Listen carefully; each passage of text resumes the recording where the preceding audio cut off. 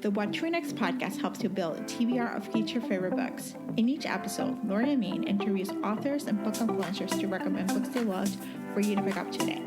If you're an avid reader, always looking for your next favorite read, then this show's for you.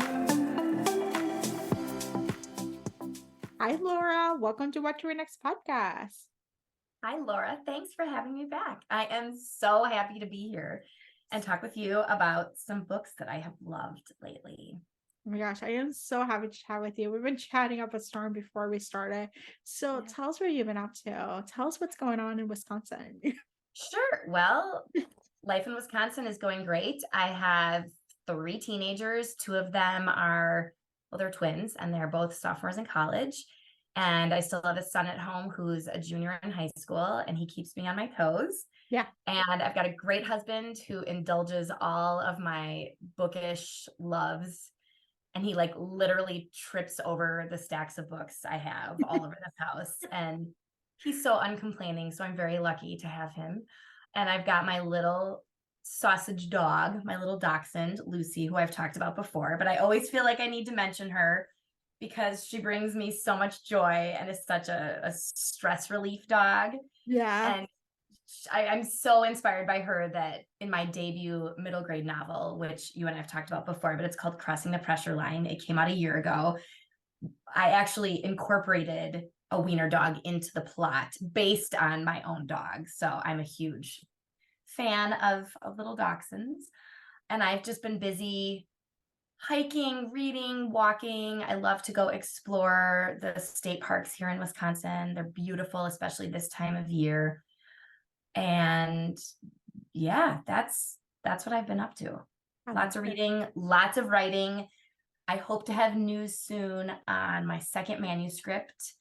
So fingers crossed about that. I've been working on that over the last couple of years. So that's been a real labor of love. Oh my gosh, I'm so excited for your second manuscript, but I didn't know you had a wiener dog. I had a wiener dog when I was growing up. So I actually did.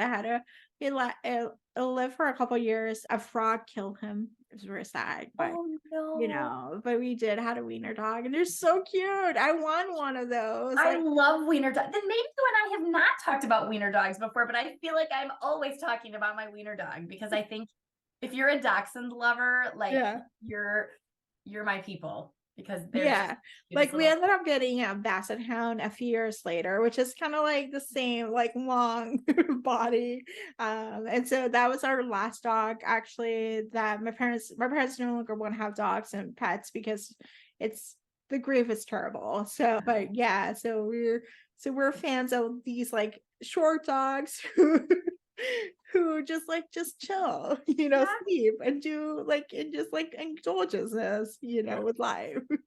Yep, that's my dog. That's Lucy. She's actually, as we speak, she's sitting here next to me in her dog bed, totally asleep. I mean, she just pulls herself into a tiny little tight circle and sleeps all day. I mean, she's a riot.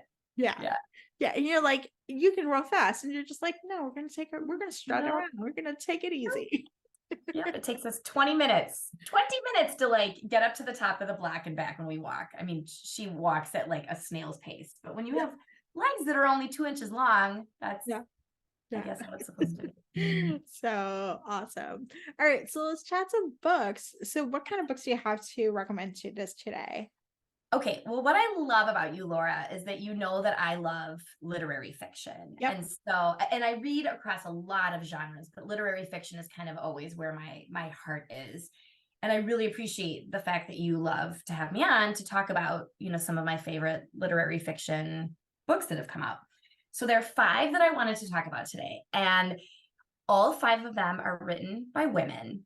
Mm-hmm. And all 5 of them feature main characters who are women who find themselves in really bad spots. They're all in serious pickles, whether it's because of a decision that they made or because of someone else's bad decision.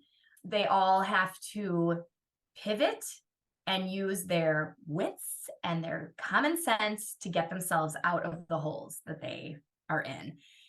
And interestingly, as you and I have talked about before, I really love sort of dark, serious books, but I am bringing in a few books today. It's a nice mixture of pretty serious, and then some really funny stories. So I'm glad for that balance. And so I hope that your listeners will be able to, find one of these books that really appeals to them. Oh my gosh. So I'm excited. Let's get started. Yeah. Okay. So the first book I'm so excited to talk about today is called The Net Beneath Us by Carol Dunbar. And you might not know her name. That's because she's a debut novelist. Her book, The Net Beneath Us, is her first, and it's luminous. It is so beautiful. It takes us off the grid in far northern Wisconsin, where we meet a young mom and wife whose name is Elsa. And Elsa has just experienced the unthinkable when her husband is injured in this horrible logging accident that ends up throwing Elsa's entire existence into question. So Elsa and her husband, when the book opens, they live on this very remote piece of land, which actually is inspired by the author Carol Dunbar's own life. She and her husband and their 2 teenagers live like off the grid. To get electricity, they have to use a generator. And when I say that her driveway is like miles long, like I mean that literally. Like there's no popping out the front door and grabbing the mail, out of the mailbox. Like she has to like walk or take her car like 2 miles down the road to get to her mailbox. So she has a really interesting perspective in real life that she incorporated into her novel. So Elsa, her main character, may or may not be cut out for this really hard scrabble kind of life. But in the story, in The Net Beneath Us, she really defies the odds. She digs deep inside of her and comes to care for her husband and her 2 little kids in ways that are extraordinary. Like as I'm reading this book, I'm sort of gasping and my heart is breaking and tears are springing to my eyes. It is so exquisitely written. It's a tough read, right? But Elsa as the main character does exactly what I said before. Like she gets herself out of this hole that suddenly her life has become, and it's unforgettable. I am excited for this. It's so different. It's like I would not think of that. And I'm like, oh yeah, that would be an interesting book to just dive into. It's so good. It gives me goosebumps thinking about it. It's really good. So yeah. All right, let's talk about the next book. Okay, switching gears entirely to book number 2, The Society of Shame by Jane Roper. Okay. So this one is hilarious. So Roper's main character is this rather mousy woman, and her name is Kathleen Held. And Kathleen finds out that her politician husband is having an affair with with one of his young staffers, which is just so cringeworthy, right? But she finds out about this affair in the opening scene in the book, and I'm not giving anything away. This is, if you pick up the book, it's right in the front cover. She finds out about this affair on her front lawn of her home, where at the same time she suffers a menstrual disaster, I will call it, that ends up making national news. So I'm not going to tell you what the menstrual disaster is, but it's hilarious. So Kathleen finds herself in the spotlight suddenly, and she does not want to be in the spotlight, but she becomes like this unwitting new leader of this new movement called #YesWeBleed. Okay, which is so funny. So her obsession kind of grows with maintaining her popularity online. But at the same time, the most important relationship to her, which is with her preteen daughter, Aggie, really begins to suffer. Yeah. And I just feel like she's so relatable as she faces the perils of this sort of like online addiction, if you know what I'm saying. Mm-hmm. So The Society of Shame is hilarious, but it's poignant. It's also like dead serious in a lot of ways. And I think it's really, really relevant in these times of political turmoil and cancel culture. Yeah. I mean, there's so many things that Jane Roper satirizes that are just brilliant. So I loved this book. My God, I'm adding this one. I'm excited for this book. I'm Yeah. definitely updating that one for sure because of like cancel culture and the online personality and all those different things. It's like it's relatable to today's world. It's so relatable, but what I love about it too is that it's not like a flimsy story. There's a lot Yeah, of meat and depth to it, yeah. even though it's kind of sparkly on the surface and you laugh and you can see your own life playing out in this book. There's just a lot beneath the surface that Jane Roper digs into. So I think she's brilliant. Adding this to the library. Great. All right, next one. Okay, I'm switching gears again. Totally. We are going to talk about Wine People by Michelle Wilgen. So I love wine and I love watching how women navigate the world, especially when they are facing big time misogyny. So this book is spot on. Ren and Thessaly are the two main characters, and they are very ambitious wine distributors. I didn't even know there was this whole field, by the way, of like wine distributing. I learned so much about this whole field, but they work for a boutique firm in Manhattan. They're both in their 20s and they come from very different backgrounds. Ren is from a very modest, broken Midwestern family, while Thessaly comes from this clan of wine growers in California. So together they make a very unlikely pair, and they have some challenges between them. But when the company they work for begins to implode spectacularly, they learn that they are stronger together as a team.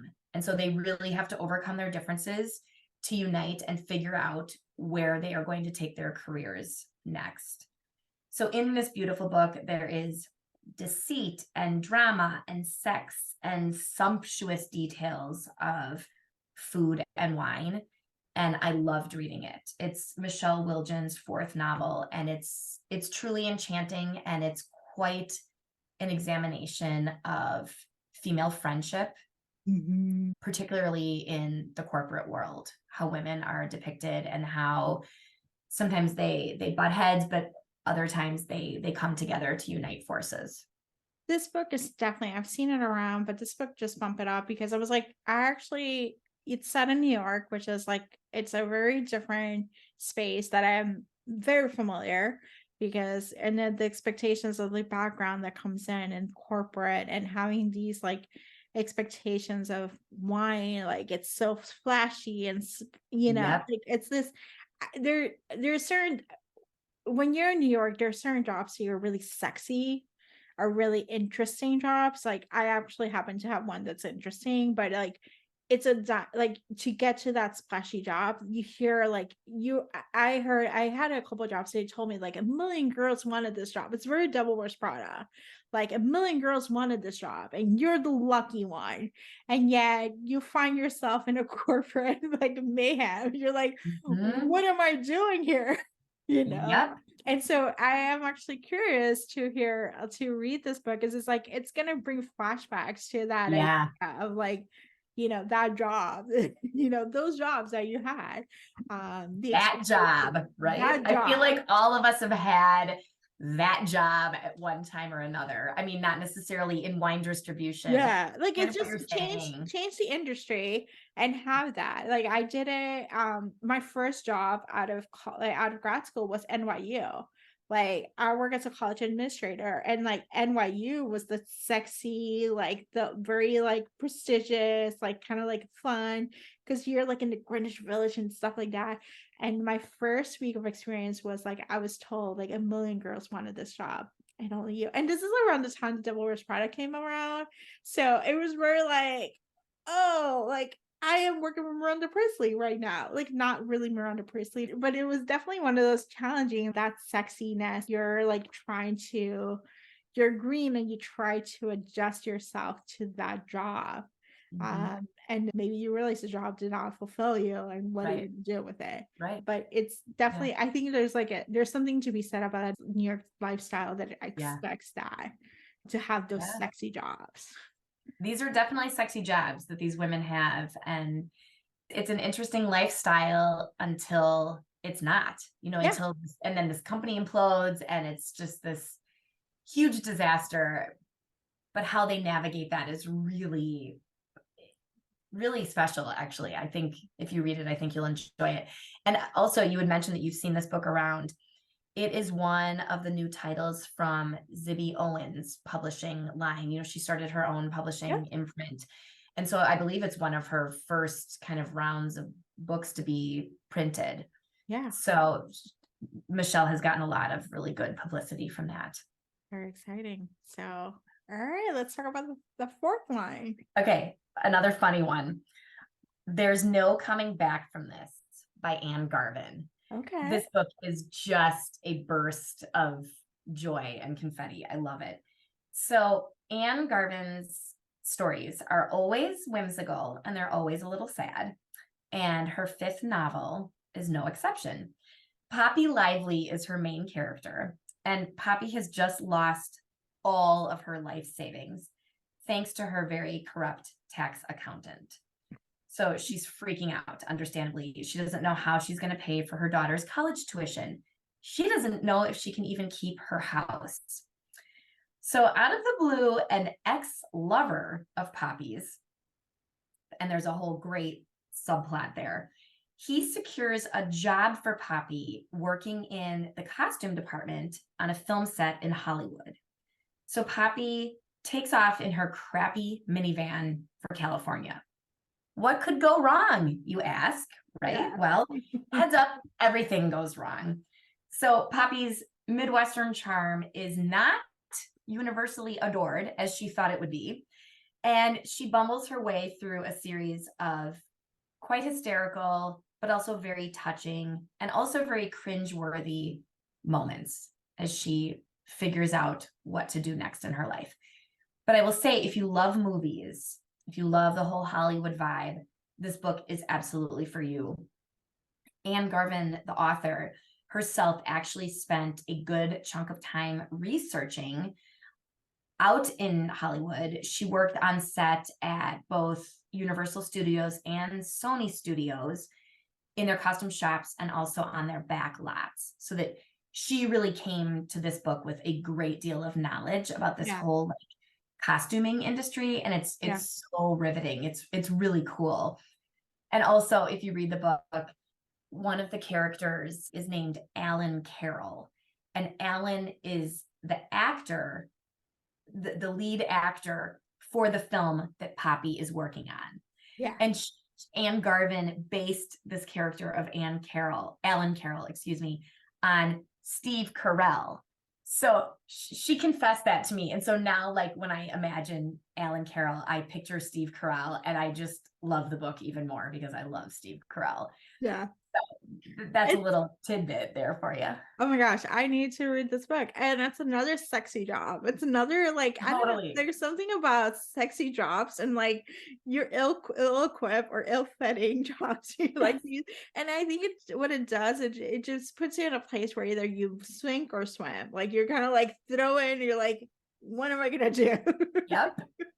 And that is so spot on what you just said for this book in particular, because Poppy doesn't really know anything about costumes when she heads out to this job. You know, it's her ex-lover who got her this job as like sort of a favor. So she goes out to LA like totally clueless, and she's resourceful and brilliant, and she's one of my favorite main characters that I've read this year. She's great. Awesome. So it's a great book. It's really, it's a fun one. And it's a book too, which is kind of rare for me. I think that you could sit down and read in a couple hours. Yeah. You know, you just, it's great. It's beautifully written, but it goes down real easy, if you know what I'm saying. Gotta love those. I love those books that we need. Yep. All right. And let's talk about your final book. So the last one, okay, I'm going out on a dark note here. You know, I got to do it. The Vaster Wilds by Lauren Groff. So Lauren Groff, in my opinion, is one of the finest contemporary literary fiction writers out there. She has had so much critical acclaim for her books, and she's won so many awards. And her seventh book, The Vaster Wilds, is precisely what I would expect from her. It's searing, propulsive, and stunningly written. it's also dark. It's also pretty tough. So her main character is nameless. She's only referred to as the girl. And she is a servant in an early American colony in Jamestown, Virginia. So everyone in this colony is falling ill and dying, and they're sick and going hungry because it is a brutal winter that they are finding themselves in. And the girl is over it. So she makes the decision to flee the colony, which is no small decision. That's a really big deal when you are like Yeah. a little girl and you flee the colony. She doesn't know anyone outside of this colony, but nonetheless, she escapes into the night. And Lauren Groff's descriptions of her flight, like across the land, made me breathless. I don't know how Lauren Groff does it. She takes a moment in time and unspools it and adds so many sensory details. I mean, my hands were like sweating as I was holding the book. Like, is this girl going to make it? So she heads north and she faces, terrible weather. She imagines that there are men coming from the colony that she's just left, like pursuing her. And then she's also face to face with what she calls the people of this place, which is her phrase for the indigenous people. Yeah. She doesn't know what to expect with the indigenous people. But this girl proves to be unbelievably scrappy and resourceful as she faces these huge monumental challenges, right? And as she makes her way north, as she makes her way across the land, at the same time, she's also recalling her own very humble origins back in the poorhouse in London, which is where she came from. So Lauren Groff's story is immersive and it's dark, but if you are up for the challenge, it is unforgettable. Oh my gosh, this book's it's a little darker, it's a little pushing, so it might be like something I need to be in the right mood for it. Exactly. But it sounds fascinating just to experience that, like, and to think back of that time period as someone, who is looking for a better life. And yet things are not the way they're supposed to, and you're facing so much unknown that it's it's like the pain has to be so bad that she has to go to that place and to find relief, and it's like a bad decision or to worse decision, and just taking the bad decision and escape. Yeah. And Lauren Groff is, every book I've read by her, she clearly does extensive research about the setting and the time and the place. Because I have to be honest, like this time in our country's history, I haven't really thought too much about, back when it was even like before kind of like the original colonies were established. Like it was these colonies, for lack of a better word, but they were really awful with all of these people on top of each other. And one person gets sick and they all get sick and there's no food. And I mean, it's ghastly. Yeah. Harrowing is a good word, I think. Yeah.